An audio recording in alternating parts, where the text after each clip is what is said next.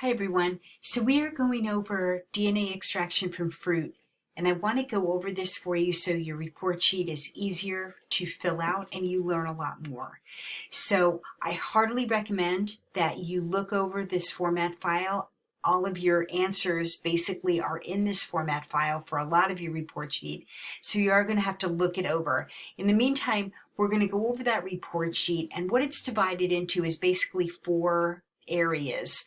The first one is the history of DNA and the history of the contributors to the science of DNA, all the way from noticing hereditary traits to the physics of the structure of the DNA molecule. So many of the contributors and their contributions are in your text, Mastering Biology, and I really recommend you do a search for many of the people who are on your report sheet. One or two of them are not in your text. You can Google those, but I really recommend you go to the text for the others because they do a very good job of crystallizing the contributions of those scientists. The second part of your report sheet looks at the function of DNA briefly.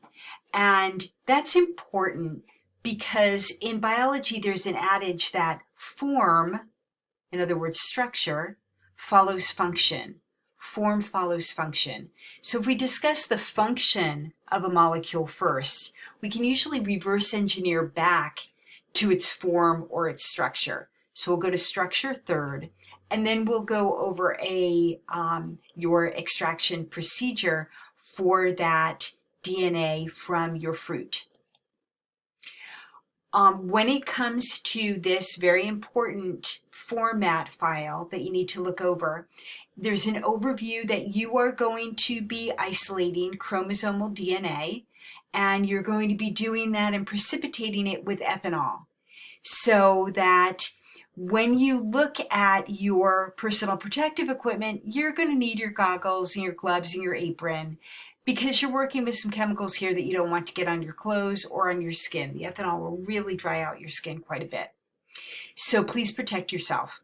By the time you're done with this, you're going to know the function and the structure and the location of that DNA, because extracting it means that you have to get through a number of walls inside and membranes, walls and membranes inside these cells. You're going to learn how to do that. You're going to learn about the importance of what you're doing and how it is used in labs all over the world every day. And you are going to be able to visualize the DNA that you've extracted after you're done. You're going to need some time for this experiment. You need time to study and do your work beforehand in the report sheet. And then you need time to really work on the DNA extraction. Maybe it won't go well. You might have to do it again. So you need time to get your ethanol cold. So please read through and leave yourself plenty of time, because it won't be long enough, 45 minutes, to get your ethanol cold just right off the bat. You got to put it in beforehand. Second part of this, we've talked about where to find your contributions and your contributors. Second part of this report sheet is the function of DNA. And DNA function is right in your format file. So you're going to talk about the fact that DNA sequences the code for proteins, and proteins run cells. So by sequencing the code for these proteins and also working in with the production and the concentration of the proteins, you are really having, with DNA, the engine for developing complex organisms with these proteins. And on top of that, you're providing a mechanism for passing these traits and this protein production onto the next generation. So that's the function of DNA. It codes for the production of proteins, which really develop complex organisms, and it provides a mechanism to pass on that protein production and those heritable traits to the next generation. Now, that DNA is so valuable that it is very well protected in cells. And you have a question in your report sheet that talks about how well this DNA is protected by the cells. In all cells, plant cells and animal cells, there is a cell membrane which keeps out foreign invaders and protects the DNA molecules. And on top of that, in eukaryotic animal-based cells, there is also a nuclear membrane to further protect the DNA. In plant cells, and you know, when I say eukaryotic, plant cells are eukaryotic as well. In plant cells, there's a third layer of protection, a cell wall. So that is telling you how valuable this DNA is. It is so well protected. You're going to need to penetrate a cell wall, a cell membrane, and a nuclear membrane to get to the DNA today. Let's talk a little bit about the structure of this very well protected DNA. You are asked in your report sheet about monomers and what monomers are and what the components of monomers are. So when it comes to DNA, the monomer is the nucleotide. And the nucleotide is a molecule, a simple molecule that is a building block for a more complex molecule, which would be a polymer. So monomer, single, simple molecule. Polymer, more complex polymonomers. So a polymer is a group of monomers together in a larger molecule. Now, when it comes to these monomers, those are nucleotides, and the nucleotides are always made up of three molecules of their own.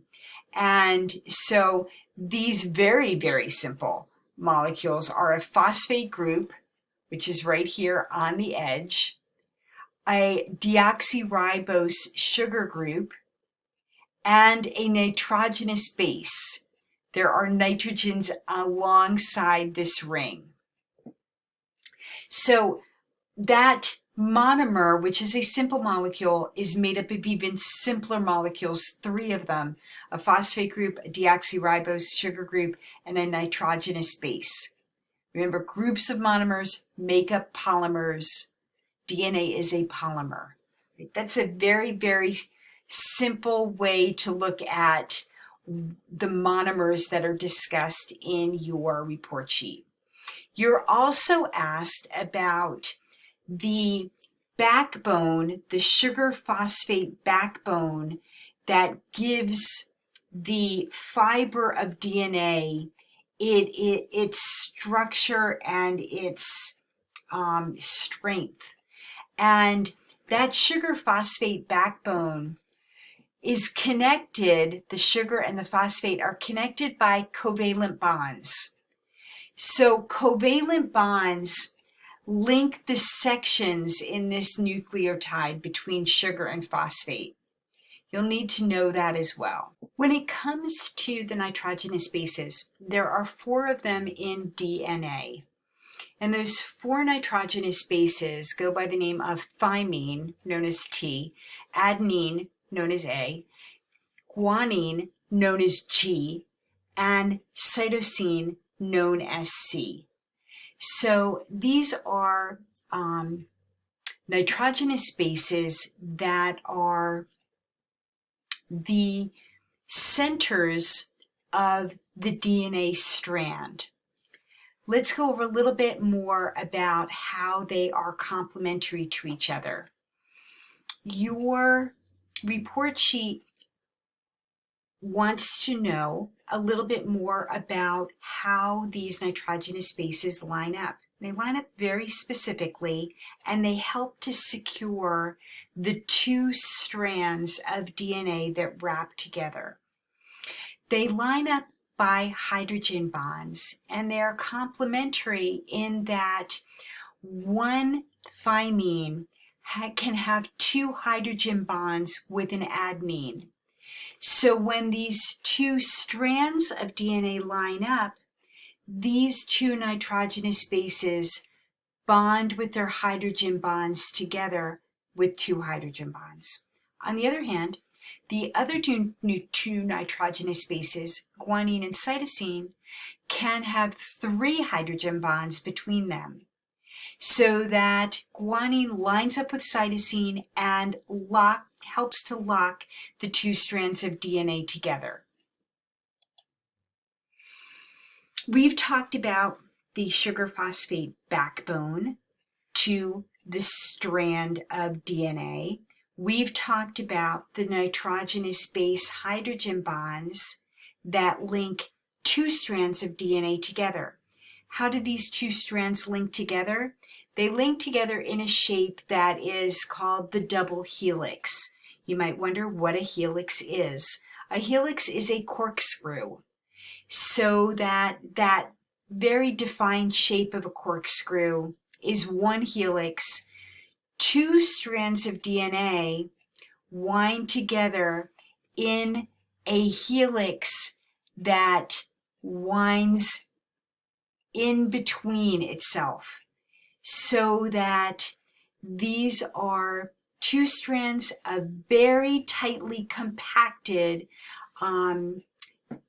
chains of nucleotides making up the nucleic acid molecule of DNA. That's the structure of the monomers that we've been talking about. This is the structure of the polymer of DNA, the double helix. You will be asked about the fact that these strands are anti-parallel while they are in the double helix. Anti-parallel means that even though they look to be working together in that double helix, and let's go back, right? They look to be working together and moving together. They are actually oriented in opposite directions, meaning that one will have, and I'll go back here, one will have a close side while the other one has a far side. All right? So that one will be close and one will be far. They'll be anti-parallel, and you see it when they cross. One is in front and closer to you, one strand is in back and farther away from you. They are not parallel in this area. That's what we need that's what we mean to say when we say the strands are anti-parallel. They're oriented in opposite directions. And they're very specifically oriented with a very specific nanometer distance apart. When you look at the contributors who looked at and figured out the physics of DNA, a big part of it was understanding that the strands were anti-parallel. When we package this DNA together with those anti-parallel strands, it doesn't end with the compaction right along here along the strand. In fact, that's really only the beginning. And each length of that DNA in each cell is about 100,000 times longer than the cell itself. It is an amazing packaging feat to get the DNA not only into the cell, but into the cell's nucleus. And that packaging fits into the nucleus, but takes up all of that nucleus. Let's look into how that packaging happens. You've got a DNA length that wraps itself around proteins. And it wraps itself around these proteins and creates a complex of proteins and DNA that is known as a histone. So this is a histone protein right here. It's all these proteins wrapped with DNA. Those are histones. And that